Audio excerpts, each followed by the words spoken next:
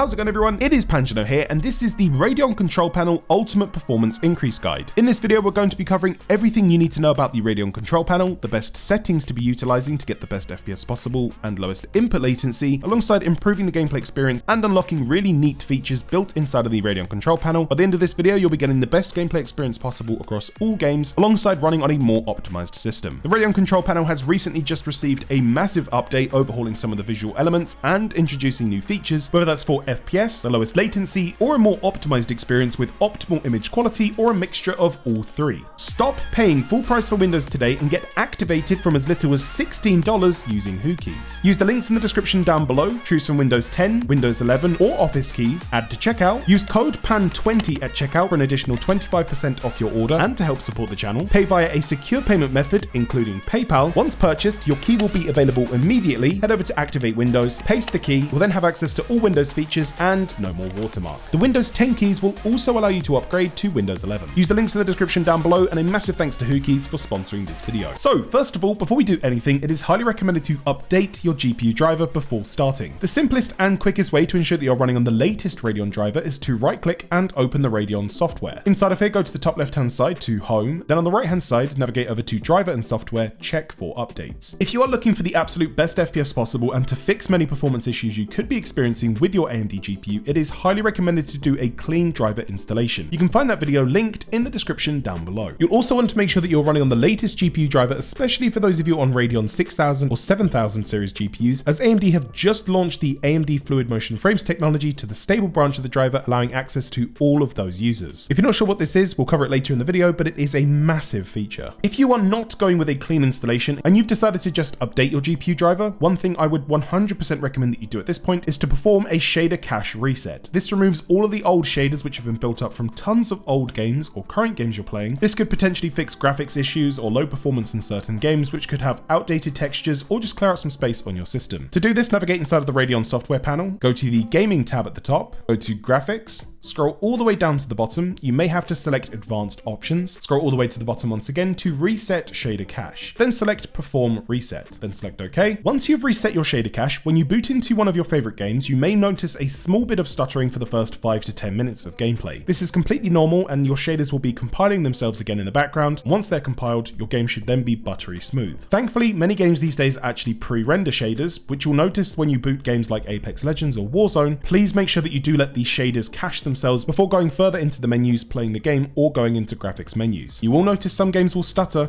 but that will go away. For those of you on an RX 7700 or newer GPU, or depending if AMD have decided to enable this support on other GPUs, one quick setting you may now have access to is to navigate down to the Windows button, search for GPU space settings, go to the graphics settings panel, go to change default graphics at the top. If you do see an option for hardware accelerated GPU scheduling, you'll more than likely want to enable this, especially if you're planning on utilizing AMD's new FSR 3.0 technology, as this could better help performance with that technology, or just across the board in some games. So with all of the boring setup and small optimizations out of the way, let's jump straight into the AMD control panel settings. Starting off with going up to the Gaming tab, we'll start off with the display option. Inside of here, you'll have the amount of monitors that you are using. You may wish to also apply these optimizations to other monitors on your system, and you can select between them by clicking them at the top. First up is AMD FreeSync. If you're planning on utilizing this, I would 100% recommend it if you're on a monitor which has 144 Hz or higher. In some situations, this may be listed as VRR or variable refresh rate or adaptive sync. Whether it's FreeSync, VRR, or adaptive sync, they all do the same thing. You would want to enable that setting if you wish to use that. That is personal preference, so select the setting you're going to be going with. Virtual Super Resolution, when enabled, will allow you to set higher than native resolutions inside of games, which is really useful if you have some GPU overhead and want better looking games. It's also helpful for recordings, but it is a very niche setting that most of you aren't going to be looking for, especially if you're looking for better performance. Leave this off. GPU scaling is more personal preference, and it comes down to how you like to have your game set up. But in some scenarios, depending if you're utilizing some of the technologies we'll be covering later on, this could actually enable itself, so leave this at the default setting. Integer scaling is a really useful option, but it's extremely niche. This will help give you 1-to-1 pixel scaling on certain resolutions, depending on the resolution of your monitor. If you had a 4K resolution monitor and you enable integer scaling, you'll have 1-to-1 pixel scaling for better looking images if you're planning on running some games at 1080p or 720p, as both of those resolutions go into 4K and can be scaled properly. If you had a 1440p monitor,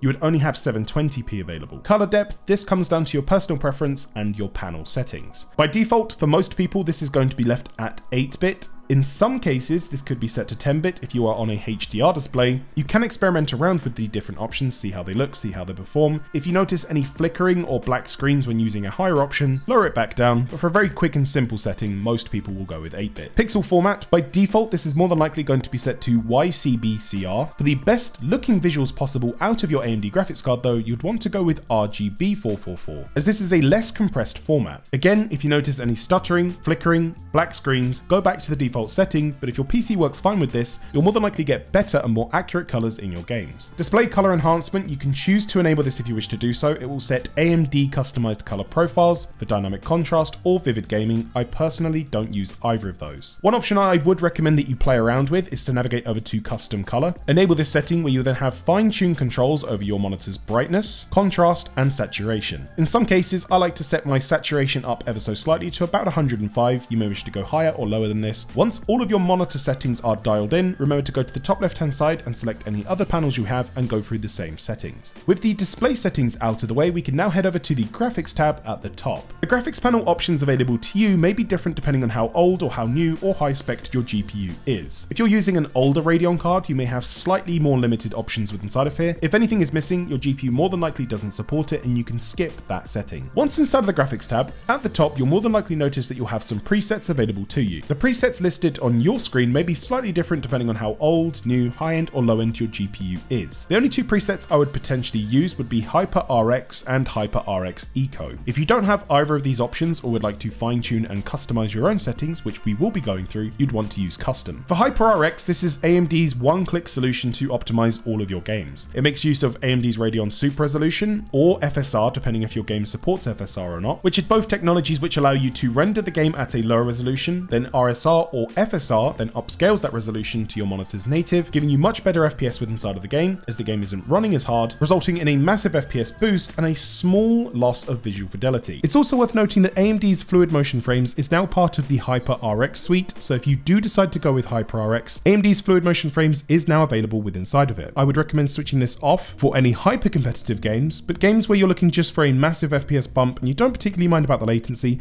but want a smoother experience, especially for those of you on higher refresh rate monitors, switch this on, see how it feels, turn it off, decide which feels better for your gameplay preferences, and go with the setting which works best for you. HyperRX also enables AMD's Radeon Anti-Lag, which works similar to Nvidia's low latency and ultra low latency modes. It doesn't quite work the same as Reflex, and AMD's Radeon Boost, which dynamically lowers the resolution of your game when things get quite fast paced and you're moving your mouse around a lot. In all honesty, if you're looking for very quick basic settings, I would enable this, boot into some of your favorite games and see how you get on. To make sure that you get the most out of HyperRX, make sure that you do ensure that FSR is enabled in games where it's supported, or if you don't have FSR, you would want to lower the resolution of your game in the display settings. So if you play at 1440p, try out a resolution just underneath that. See how you get on. If you like it visually, you could have very good results with these settings, and it's something you more than likely would want to use in the future. For HyperRX Eco, this is for those of you that are looking for maximum efficiency gains. You don't particularly care too much about what FPS you're getting in your game, you just want a consistent, low power, low temperature experience. This is quite good for some games, and it's a very niche setting, but if you've clicked on this video, you'll more than likely want the better performance options, so you may wish to skip out on this, but it's definitely a decent setting if you just want to go with inside of here. Enable AMD's anti-lag, set the frame rate target control to a minimum FPS in which you are happy with. But for most of you watching this video, you'll want to go with custom. Once custom has been set up, we first of all have Radeon Super Resolution. You only want to enable this setting if you actually plan on using it. Having this enabled in the background and not using it could potentially lower performance just slightly. If you wish to go with Radeon Super Resolution, once enabled, you'll then have the option to be able to adjust the sharpen effect. If you're planning on utilizing RSR, or at least looking to try it out, once it's been enabled on the graphics settings panel or on a per game setting, boot into any of your favorite games you would like to try this out on. I would then recommend booting into a live instance of the game so you can see both the effects of this visually and on your FPS. Once you're in your game, all you then need to do is press Alt and Z on your keyboard. The Radeon overlay should then appear on your screen. On the left hand side, you'll then be able to see Super Resolution. 1. Make sure that this has been enabled. Adjust the sharpen effect to anything you wish to do so, that is personal preference. Underneath this, you'll then see upscale status. You can currently see that it's currently inactive because I'm using my monitor's native resolution. so it has this yellow warning next to it. To make use of RSR inside of our game, go back inside of the game, take a quick note of what your FPS is before we adjust anything. As you can see for me on the right hand side, I'm getting about 380 frames per second. Press the escape menu, go to options, find the video settings or display settings for your game, where you can then find resolution. As you can see, I'm currently using 1440p, which is this monitor's native resolution. If I decide to set this down to, let's say, 1080p, go back inside of the game, press Alt and Z on the keyboard again. On the left hand side, you can now see that the upscaling status is now active with the green tick next to it, showing you the resolution you're now rendering from and to. Pressing Alt and Z once again, going back into my game, you're now able to see that I'm getting about 500 frames per second. That is an absolutely huge FPS increase, and I'm still more than happy with how this looks on my 1440p display. If you're happy with how the game still looks and you wanted higher FPS, then you could use a lower resolution. If you wanted a slightly better looking game and you don't need that much of an FPS increase, well, you can increase the resolution to something closer to your monitor's native resolution. But that optimization alone has taken my game from 380 frames per second to roughly 500 to 520. And you could see potentially even bigger performance uplifts depending on what sort of monitor you're using and how demanding the game is that you're using RSR on. It's a setting in which I would 100% recommend that anyone at least tries out if your game doesn't already support FSR, because you could see some phenomenal FPS uplift for very minimal visual loss. This now brings us down to the brand new AMD Fluid Motion frames. For the most part, I would recommend actually switching this off on the global settings, because you don't want this set up automatically on every game you play. You want to use this on a per game basis in games where it makes sense. The only games I would not recommend using this on are hyper competitive FPS titles or anything which is super latency sensitive. So I would avoid using this on Valorant, CS2 or other competitive shooters, but for more casual multiplayer games, single player titles, or basically anything that's not a hyper competitive shooter, I would definitely at least give this a go. Don't enable it inside of the global settings, head over to your per game settings at the gaming tab at the top, select the game you wish to turn this on for. Alternatively, when you're booted into the game you would like to try this out on, press Alt and Z on your keyboard. Inside of the overlay, go to the graphics panel for that specific game and switch on AMD Fluid Motion frames. Once you enable this, you should see your FPS roughly double in most scenarios, which is absolutely incredible. Now there is a slight latency penalty to this, so you will always want to make sure that you're utilizing AMD's anti-lag with Fluid Motion frames. Now whilst this does double your FPS, this does nothing for system latency, so it may feel a little bit strange in some titles. Try this out on a game by game basis. This may work horribly on some titles or work perfectly in others. If you're having issues running AMD Fluid Motion frames, it's worthwhile noting that you have to have VSync disabled inside of the driver to ensure that this works properly. To see the proper results of AMD Fluid Motion frames on your FPS counter, you want to be using the AMD Metric overlay, which I'll show you how to set up later on in this video, as other FPS overlays may not be able to add on the additional Fluid Motion frames. As Fluid Motion frames are rendered at the end of the rendering pipeline, there is no real way for many FPS counters to hook onto this and add it onto the overall FPS you're experiencing. To ensure that you have the best support possible for AMD Fluid Motion frames across all games, especially for those of you on Windows 11, you'll want to navigate down to your Windows button, type in GPU space settings, then select the graphics settings panel. At the top of graphics settings, select change default graphics settings. With inside of here, find the option for optimizations for windowed games and switch this on if you do see this option available. Exit out. That will ensure that you get the best compatibility with AMD Fluid Motion frames across all games on your system. Next up is AMD Radeon Anti-Lag.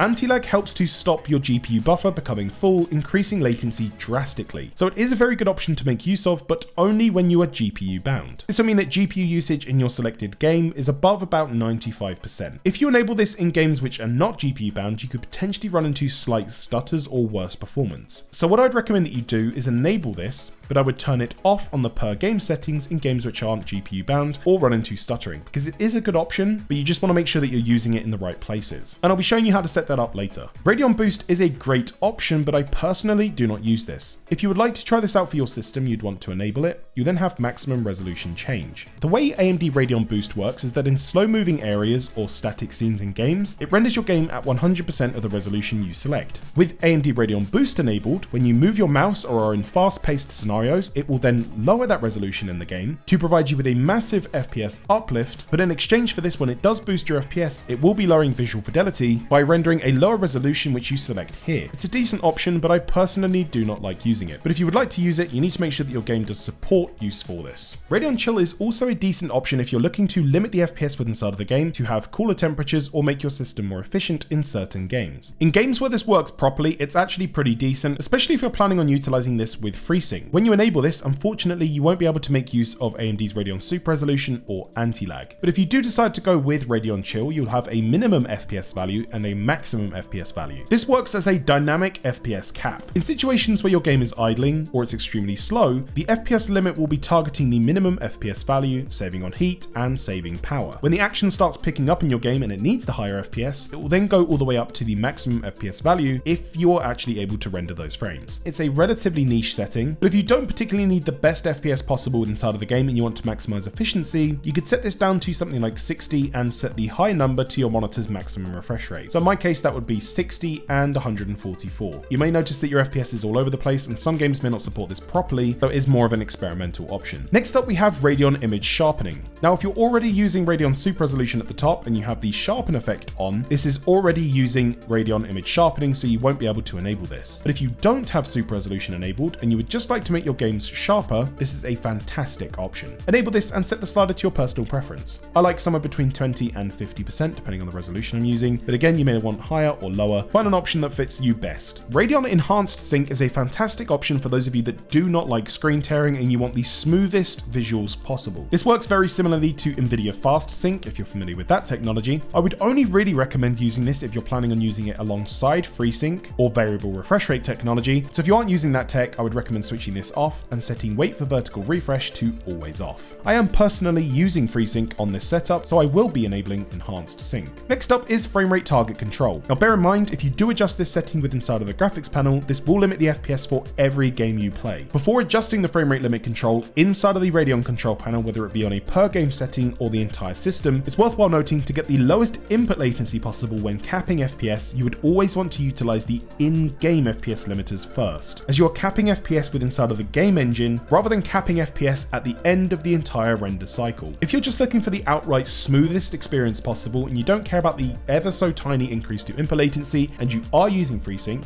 then I would recommend that you enable the frame rate target control and set this to 3 to 5 FPS lower than your monitor's maximum refresh rate. So if you had 144 Hz, I would go with 138. If you had 240 Hz, I'd go somewhere between 221 and 237. And if you had 360 Hz, then I'd recommend about 340 to 350. You want to leave a slight buffer between the maximum FPS and the maximum refresh rate in this case, because you don't want accidental frames getting through, potentially causing your system to go in between using FreeSync and not. I'm going to be using in-game limiters instead, so I'm going to be switching this off. Anti-aliasing, set this to use application settings only. Anti-aliasing method is going to be left at multi-sampling. Morphological anti-aliasing, I'd recommend disabling this. Anisotropic filtering, I'd recommend setting to enabled. Anisotropic filtering level. For a tiny FPS increase in exchange for some visual loss, you'd want to set this to 2 times. For those of you looking for the best graphics possible, leave this at 16. Texture filtering quality, again, for better performance, set this to performance. But again, you will be losing some visual fidelity using this. For most people watching, stick with high. Surface format optimization, I'd recommend switching on for everyone. Tessellation mode, for those of you looking for the lowest input latency, best FPS, and you don't particularly care about graphics, set this to override application settings, go to the maximum tessellation level and set this to off. For those of you looking for optimized balance settings, you'd want to set this to use application setting. This allows your game to apply the default setting it's made for. OpenGL triple buffering, we're going to be switching this off. 10-bit pixel format, we're going to be leaving disabled as this only affects OpenGL applications anyway, and it depends on the monitor you're using, so just leave this off. Once that's set, we're now done with the graphics settings with inside of the control panel. Next up, we'll be covering the per game application settings by navigating over to the Games tab under Gaming. Inside of here, you'll have all of the games in which are detected on your PC. Any game isn't appearing with inside of here, go to the top right hand side to the Scan button and select this. If the game of choice still doesn't appear with inside of here, go to the top right to the 3 dots, then select Add a Game. You'll then want to navigate inside of your PC, find where the game is installed, find the exe or application for the game, and select Open. So let's say I wanted to set up slightly custom settings for Counter-Strike 2. First up, with inside of here, we have the gaming experience. This is a really quick and easy way to select different presets for different games. So if you wanted to use your custom preset, select it.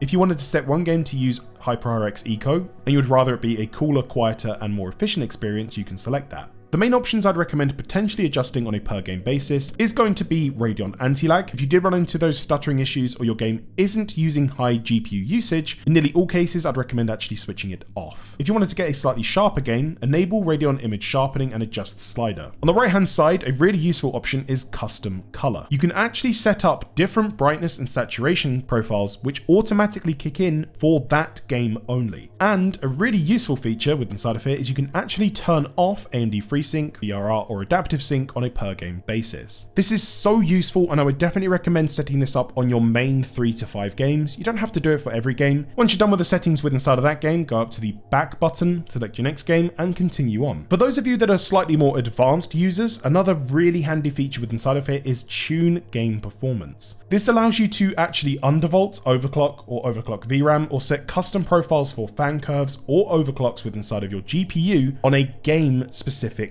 basis. I'm not going to be showing you the settings in which you should use with inside of here because they are completely set for your GPU. Once your per game settings are completely dialed in and optimized for your game, we can now head over to the record and stream section. If you have zero plans on recording any footage or highlights, live streaming, or doing anything when it comes to recording, simply skip about a minute into this video to skip this step. If you're looking to do anything serious, I would first of all recommend that you just go and use OBS. Especially for those of you that are looking for live streaming, you do not want to use the live stream settings with inside of here. OBS is completely free, it's open source, you want to use that. For those of you looking to make small game clips or local recordings really quickly, easily, and most of all, really lightweight with minimal FPS loss, start by navigating to the record tab, go to the right hand side to settings, where you have options to be able to record the desktop. Recording profile you want to set to custom. Recording resolution you want to set to in-game. Recording FPS I would recommend leaving this at 60, unless you're just getting game captures for specific reasons and they don't need to be good quality. You could save on some file space going with 30. Video bitrate, if you want the best looking videos possible, set this up to 100 for all GPUs. Audio rate, I'd leave at 192 unless you really do need high quality audio. Video encoding type, this is the most important setting with inside of here. Under no circumstances would I ever use AVC anymore. If you have support for AV1, select AV1. If you don't see AV1 and you see HEVC, select HEVC. This allows you to make use of the high efficiency video coder, which looks phenomenal on AMD GPUs. You can also choose to separate your microphone in a different audio track. Recording microphone, if you want your mic in the video or not, turn this on or off, and I'd leave the other settings default. You can actually enable the instant replay buffer by enabling this option. You then have the option to change the instant replay duration. For most of you, I would set this somewhere between 60 and 90. It will then show you the file size those clips will be if you decide to save them, and you can select where you want the instant replay buffer to be saved. For most people watching, I would leave this at disk storage because you may not have a ton of RAM. If you're looking for really optimized and efficient settings, you could potentially lower the video bitrate, go with something like 15, but you can now see those video clips are now going to be just 150 megabytes. It's really useful, especially if you like sharing clips with friends. Once that's set up, you want to make sure that you have a keybind set to be able to use instant replays. Go to the top right hand side to the settings cog, go to hotkeys at the top, scroll down to media hotkeys where you'll then be able to find save instant replay. By default, it's Ctrl-Shift-S. For one really quick optimization, you want to navigate over to the performance tab, navigate down to tuning. If a pop-up comes up, you'll need to select this. Once you've selected it, scroll down towards the bottom and you'll then be able to find Resizable BAR or AMD Smart Access Memory. If it's supported for your GPU, you want to enable this in every single scenario. In some cases, your GPU may actually support Resizable BAR, but it's listed as unsupported with inside of here, and that may be down to not having the correct BIOS settings set up. This only takes a few seconds and you can find out how to do this using the How to Set Up Resizable BAR video linked in the description down below. The tuning tab is incredibly powerful with inside of AMD Radeon GPUs. Basically do everything you'd wish to do so with inside of here. You can undervolt your GPU, overclock it. I will have videos coming on those specific topics soon, so make sure that you are subscribed if you enjoy this style of content and would like to learn how to do that. But one thing I would 100% recommend every single person does in this video is to navigate inside of the tuning tab, go down to your GPU, go to manual tuning, ignore every other setting and go to fan tuning. Set this to enabled, then go to advanced control. This is where you'll then have your custom fan curve. As you can see, it's actually very reserved. I'm still using only 50% of my fan speed at about 65 degrees. I'm someone that doesn't particularly care about having a quiet system, so I'm going to set this a lot more aggressive. If my GPU gets to, let's say, about 70 degrees, I want it to use 100% of my fan speed. You can set this curve slightly more relaxed or slightly more aggressive depending on what your personal preferences are, but with the curve I've just set, with 0 RPM enabled, my GPU won't actually be spinning any any of its fans until it gets to about 40 degrees anyway, and when it does, it's a nice linear curve up to 100% fan speed a lot earlier. Again, if you would prefer a quieter system, then you may wish to drag this slightly over to the right more, so your GPU reaches 100% fan speed slightly later. This is personal preference, and if at any point you want to go back to the default settings, all you need to do is go up to fan tuning and just turn this off. Once you've set up your custom fan profile, go up to the top to apply changes.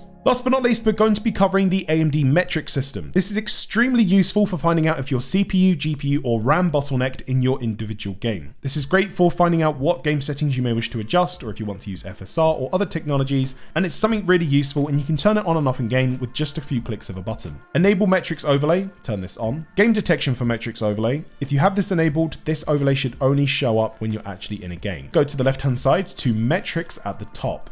Once inside of here, you'll then have tracking and overlay. Sampling interval, I'd recommend setting this between 0.25 and 0.5. Sampling interval for hardware metrics, I'd leave it the default. Metrics profile, if you just wish to see your in-game FPS, your GPU and CPU utilization, set the metrics profile to basic. Intermediate allows you to be able to see your 99% FPS alongside GPU power draw, temperature, and CPU utilization and temperature. And advanced basically enables everything you could wish for. For most people watching, I'd recommend leaving this at intermediate. Once you're happy with that, go over to the overlay section. Here's where you can then adjust the size of the overlay. You can adjust the width and the amount of columns, so you could have this all at the top, or you could have it all on the right hand side. You could have it appear as just text, you could have a background, different colors, and most importantly, the location. I'd recommend setting this to custom and adjusting the sliders until it lands where you want it to go on your system. Once that's completed, go up to the top right hand side to the settings cog. On the right hand side, you'll then be able to see toggle performance overlay. By default, this is Control, Shift, and O. So if you're in any game that you want to see your GPU utilization, FPS, or other stats, just press the hotkey. And a quick tip, if your GPU utilization is about 95% or above, potentially use FSR or RSR for low resolutions, or enable AMD Radeon anti-lag, or cap FPS to remove the GPU back buffer issue, which can cause a massive increase to latency, so it can help you stay on top of your system optimizations and make better choices with your game settings to actually give you better performance. And that's it for all of the optimizations and settings you need to be making use of for the Radeon control panel in 2024. If you have enjoyed this video and are looking for more Radeon optimization content, make sure that you do check out the playlist section in the description down below. Thank you ever so much for taking the time to watch this video. If you're not entirely sure where to go next, check out one of the 2 videos on screen, and I'll see you guys over there.